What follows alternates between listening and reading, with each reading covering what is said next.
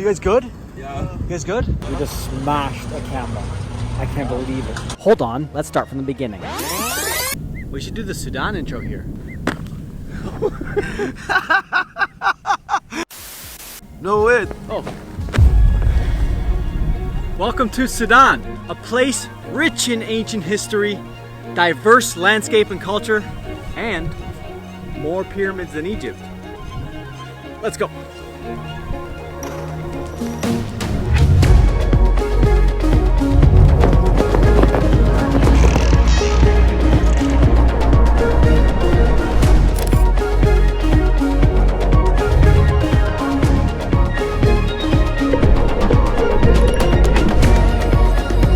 Welcome to Sudan, country number 79 on the road to 100. Right now I'm arriving at the airport to begin the adventure of a lifetime, meeting new friends, all orchestrated by this guy right here, Mosab. He sent me an email one day saying, hey, come check out my country. I believe it's super underrated and we need to show the world just how beautiful this place is. So I couldn't pass up this amazing opportunity and we begin this video in the capital city of Sudan, Khartoum, eating some crickets. Alright, day one in Sudan and we're gonna try some crickets. You're gonna dip it in this juice. I'm not sure what it is. Hot sauce. Hot sauce? Yeah, this is hot. Oh, hot sauce. Chili. Yeah. It's actually good. It's good.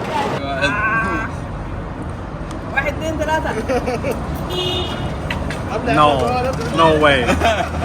No way. How am I the only one liking these? I'm not Sudanese. You guys are Sudanese and I like them. Yeah, you like it. That's good. Yeah. You're real Sudanese. So after the cricket tasting, it was time to check out the body of water that keeps this entire region of the world alive, the Nile River. This river is over 6,600 kilometers long and spans through 11 countries in East and Northeast Africa.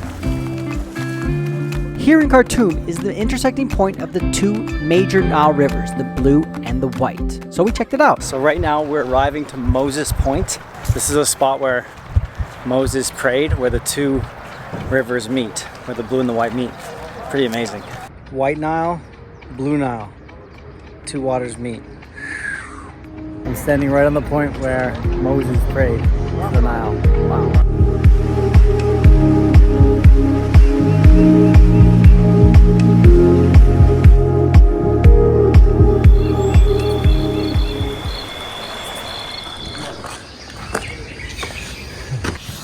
Woke up at 5:30 today and we're getting sunrise on top of this building. There's a security guard sleeping in the bottom floor. We just asked him, hey, can we go up? He's like, sure. Let's go. So we woke up early this morning to get a unique overlook of the Nile River.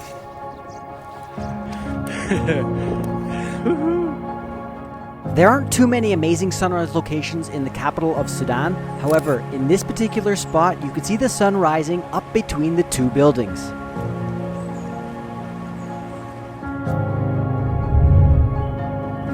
Waking up at 5 a.m. with the team before the city even arose was the dose of beauty and inspiration we needed to carry on with the next chapter of this trip.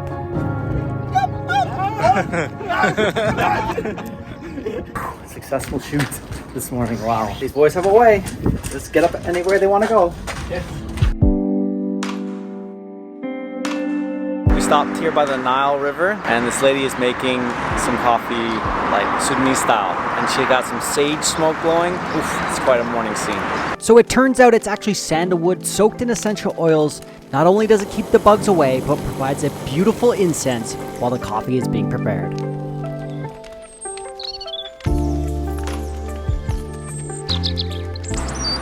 Sudanese coffee, my first time. After this delicious riverside traditional coffee experience, it was time to pack up our bags and head to our next destination. Right after a day in Khartoum, we're taking a local flight to Port Sudan. Here's the domestic airport, and we'll see you on the Red Sea.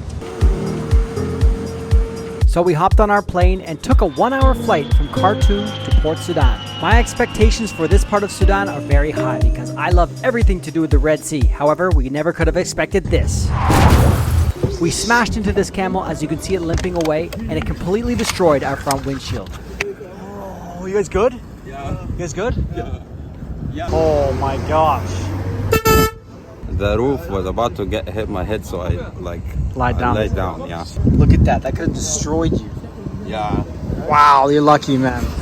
Absolutely crazy. We smashed a camel. I can't believe this. As this was the road directly leaving the airport, we had created quite the scene. Changing cars now. At the pickup truck. Thanks, Mohammed. See you later. Thank you. Thanks for saving us. Luckily, this good Samaritan picked us up and drove us to our hotel. Super nice guy. What a way to start this Red Sea section of the video. So despite that rocky start, we made it to Sudan's major port city and had a little breakfast before heading out on today's adventure. Donuts and coffee. Breakfast of champions. Donuts in the morning. Can't beat it. With a little caffeine and sugar in our systems, we began the 2-hour ride to Sanganab National Park.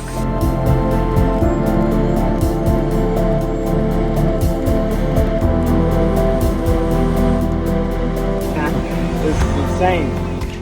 All right, after a 1-hour flight from Khartoum to Port Sudan, and then getting into the accident last night with the camel, we stayed the night in Port Sudan, woke up at sunrise this morning, took a 2-hour boat ride to get to this national park called Sanganab. Let me tell you, with the permission slips and airport delays and everything like that, this was an absolute mission to get here. But when you put in the hard work, you get rewarded because there's absolutely no one here, and this is the paradise of Sudan. I've never seen this on the internet. This place is absolutely untouched, fish everywhere. I can't wait to get in the water, so let's go.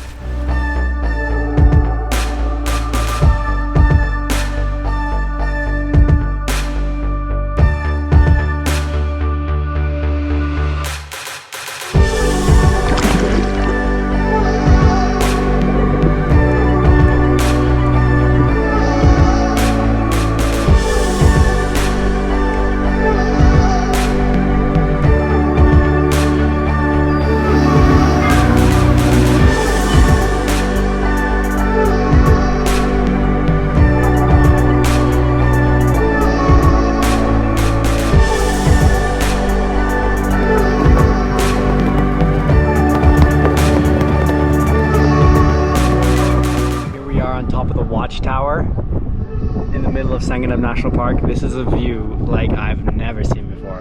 Basically what the drone sees. Oh, it's so incredible up here.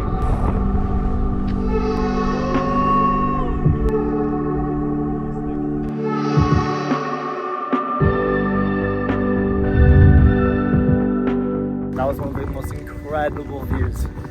Oh, absolutely insane. Man, Sudan. If I say mind blown, that's putting it very lightly. Already on a high, I couldn't believe what happened next.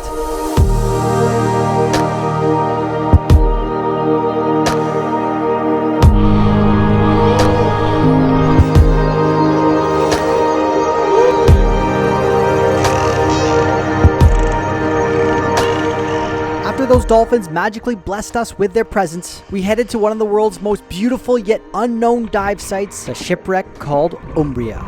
The Italian ship called Umbria was sunk in 1940 when Italy had to go to war. Then the Sudanese intentionally captured the ship and sunk it. She now sits on her side at 38 meters deep, and it is an absolute spectacle to dive.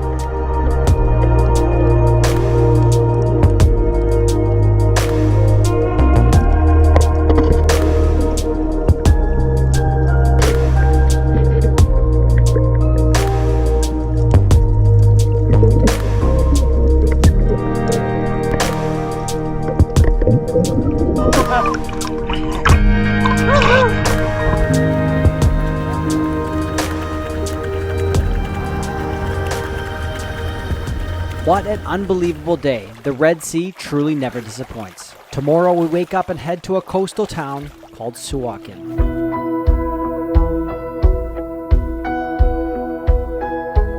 Alright, we have arrived to the ancient city of Sawakin, built by Prophet Solomon. And this was a port city.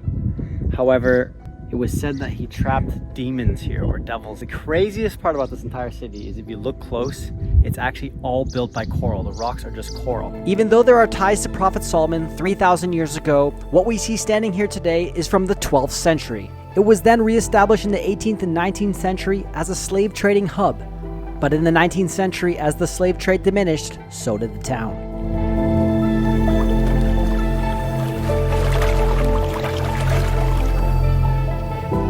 As we finished that walk through history, we then stopped at a nearby Sudanese restaurant for a bite to eat. Here we are in Sawakin, just outside the old town, and we're here for breakfast. This is fool, basically beans. This is like enormous naan. Tamia. Yeah. Falafel, oh, it's falafel. Yeah, Oh, falafel, yum. You gotta love that Northern African Arabic food.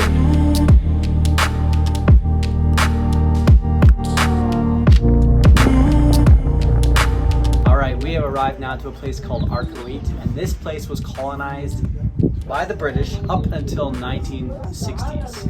And you can see behind me the British architecture, and when we arrived here I didn't even know that it was colonized, and I looked at it and I'm like, wow, it kind of feels like the UK. It feels like England or Ireland because it's very green, but then also because the building structures are built by stone.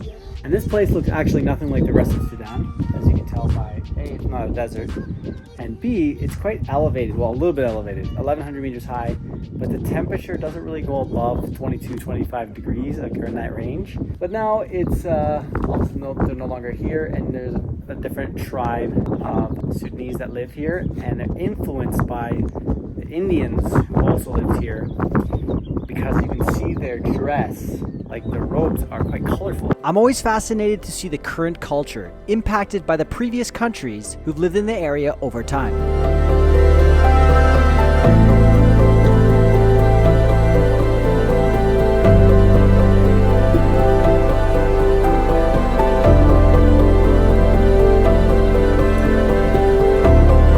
As we were exiting Albarko, we saw this really cool city gate, which we decided to stop and take a few shots. And as we were there, we saw an old local tribesman walking through, so I asked him if I could take his photo. It was evident he was super pleased with the results, and even though we couldn't speak the same language, we definitely shared a human experience that day. We then jumped in the car for a huge 10-hour drive to our next location, which is called Albarko. Yeah.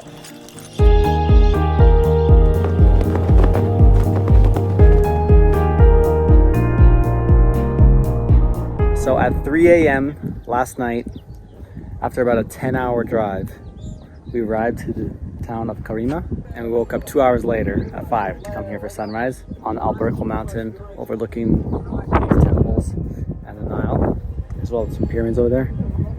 Truly, truly incredible. I was dead exhausted, but when I saw this view, it's incredible. Wow.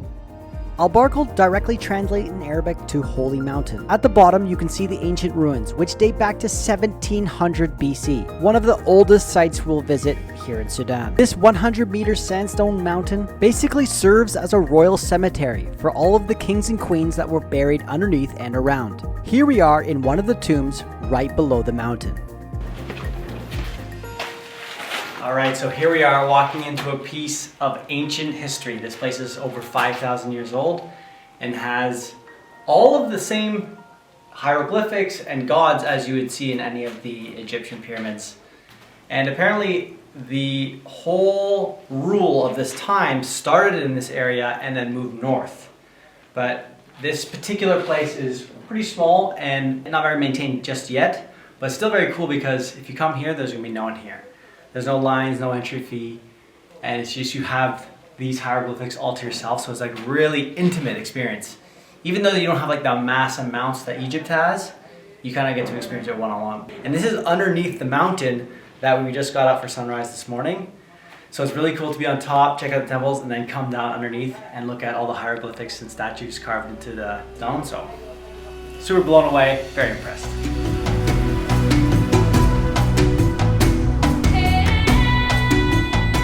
Crazy, walking amongst 200 BC pyramids, ancient tombs, and it's completely free to get in. And these pyramids served as more tombstones for the kings and queens from that era.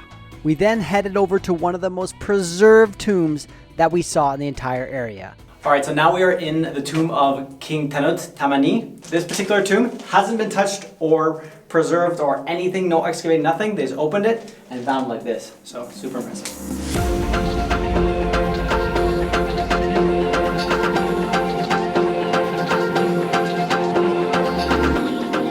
Found a place where we're gonna have lunch with a local family. They're gonna cook up some traditional Sudanese food.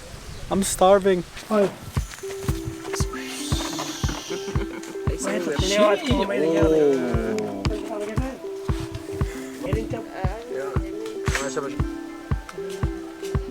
So what they have is some eggs, some fool, falafel vegetables, goat. In the main dish, gurasa tagalia, right there. It looks like curry.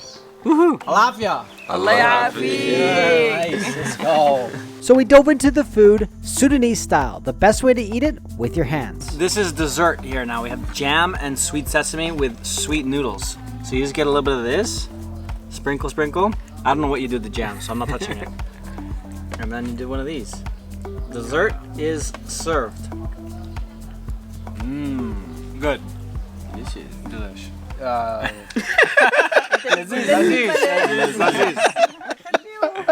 A meal, then a sleep, then a tea. Life is good. Eating with your hands in this area of the world is said to be more intimate and bring you closer and more connected to your food. Okay, after that meal and a nap, I was super tired, so the only way to wake up was to jump in the Nile. It's time for the first swim in the Nile. I am excited. Wow.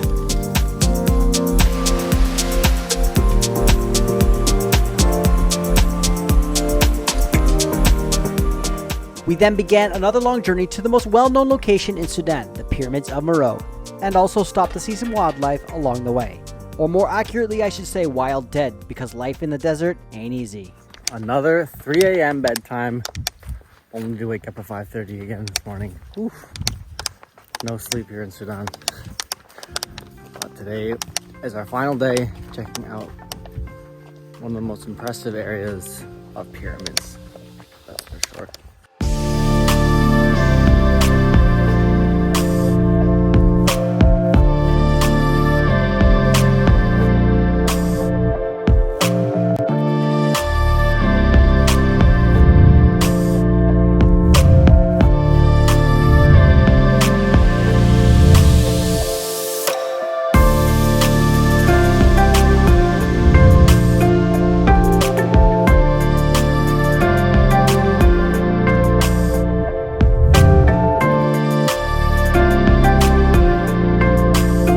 Another Sudanese location with absolutely no tourists around. I can't believe this place is incredible. We just had fun all sunrise. What a blast. Mosab, woo! We killed it. That was a blast. Sudan, baby, let's go! Zera, Zera! Zera! Dara. Zera! Oh, I always screwed up. Zera! Zera!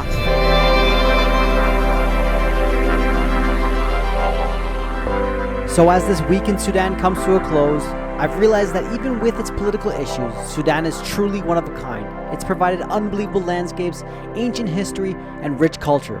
Although what will stick with me the most is the friends I was able to share the experience with. The people you meet are truly what makes the experience the most memorable. But it's equally bittersweet because saying goodbye is the hardest thing without a doubt about traveling. So thanks to those who made it all happen. This experience will be with me forever.